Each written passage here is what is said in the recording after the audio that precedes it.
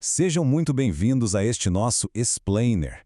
Olha só, existe uma diferença simplesmente monumental entre estar apenas matriculado ali numa escola e estar de fato incluído nela. Hoje a gente vai mergulhar nas políticas e nos processos de e exclusão na educação. A ideia aqui é entender como a gente tira a educação daquele modelo clínico antigo, sabe? Aquele focado em tentar consertar o indivíduo e passa para uma visão social de acolhimento genuíno. Então bora direto ao ponto. Para começar com o impacto que esse tema pede, vale muito resgatar a visão da escritora e ativista Lau Patron. Ela compartilha a trajetória do filho dela, o João, que é um menino que passou a usar a cadeira de rodas, e ela traz uma virada de chave que é assim fundamental. O filho dela não é um problema a ser resolvido. Ele não precisa de conserto. É o mundo ao redor que precisa se adequar. E, historicamente, a sociedade sempre exigiu que as pessoas atípicas se moldassem a padrões inatingíveis, né? Mas o nosso foco, na verdade, tem que ser derrubar as próprias barreiras sistêmicas.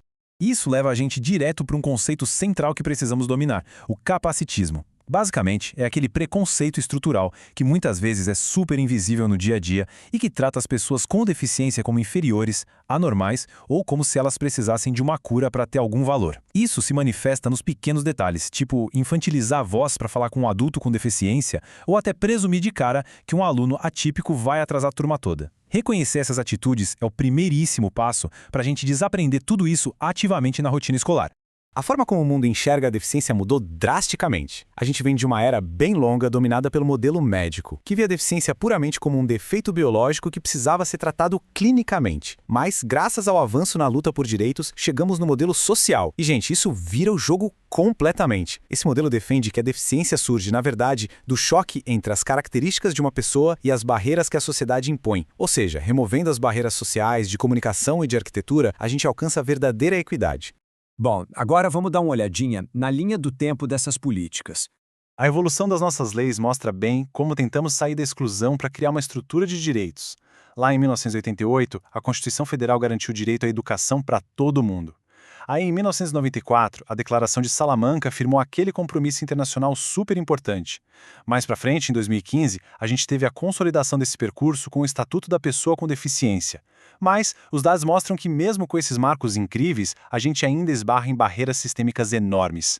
Um grande exemplo é a falta de uma regulamentação específica e profunda que garanta no dia a dia mesmo os direitos plenos dos alunos com necessidades educacionais especiais. E isso nos leva a um debate super necessário, a diferença entre integração e inclusão. Porque ter a lei no papel não resolve o dia a dia da sala de aula se os conceitos estão confusos na nossa cabeça, certo?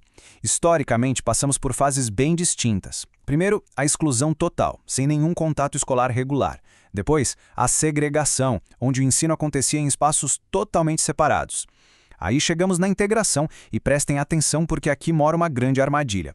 Na integração, o aluno até entra na escola regular, mas adivinha? Todo o peso de se adaptar cai sobre ele. A inclusão de verdade exige exatamente o contrário.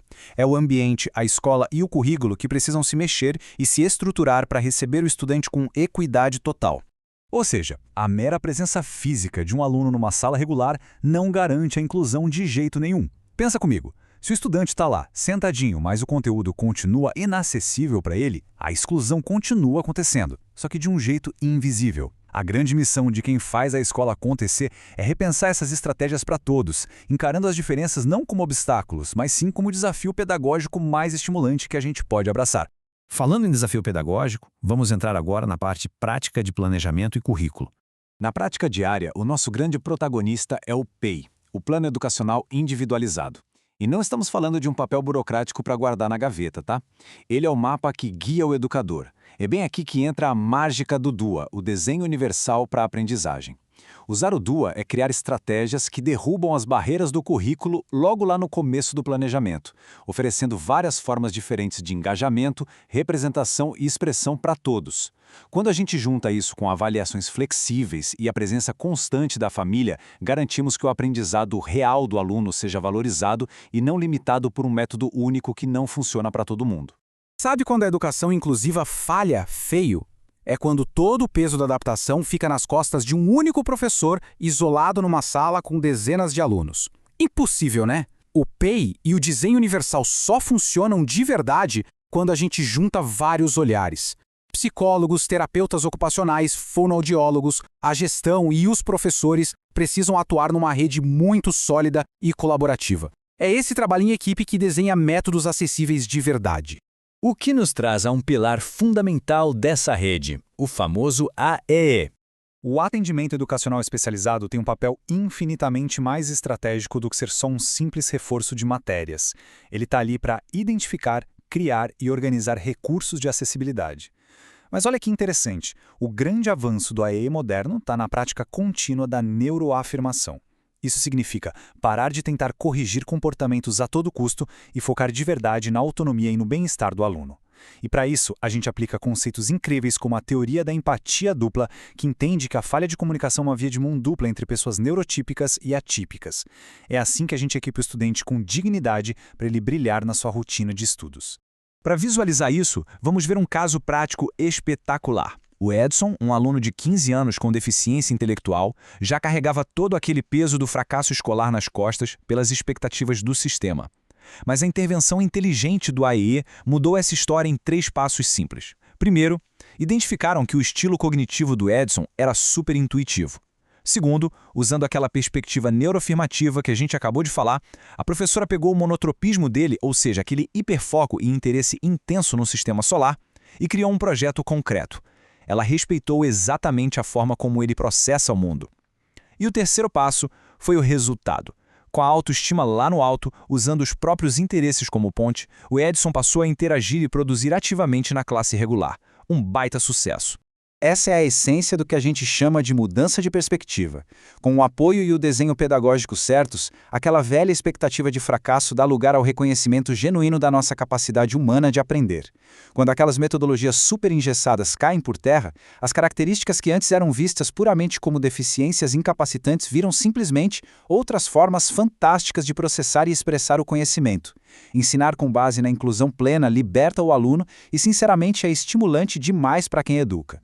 Vamos então caminhar para desenhar o nosso futuro inclusivo. Transformar todas essas leis em cultura duradoura significa derrubar a barreira mais complexa e persistente de todas, a barreira atitudinal. E aqui vai uma lição prática e super vital para quem está no dia a dia da escola. A gente precisa massificar o ensino colaborativo. A inclusão real só rola quando o currículo é pensado a várias mãos, juntando o professor da sala regular com a expertise do especialista. Além disso, é urgente policiar a nossa comunicação e banir completamente aquela linguagem capacitista que só reforça as exclusões. Lembra sempre, inclusão não é caridade, não é um favorzinho prestado por uma instituição. É um direito humano inegociável, que tem que ser a base de qualquer plano de aula. Para fechar o nosso Explainer de hoje, eu deixo uma provocação muito poderosa trazida por ativistas da área. Afinal, quem realmente pertence nas narrativas de futuro que estamos construindo? Quando a gente olha para as salas de aula, para as equipes de trabalho, para os espaços de decisão, quem ainda está faltando lá? Refletir sobre essas exclusões que a gente às vezes finge que não vê é o começo essencial de qualquer transformação. Até porque a diversidade é a essência natural do ser humano, e não um erro no sistema. Como essa conversa está só começando, fica um convite para todo mundo. Deixem aqui embaixo nos comentários quais são as barreiras de inclusão que vocês observam e enfrentam no dia a dia educacional. O conhecimento ganha muita força nessa troca de experiências. Um grande abraço e até a próxima.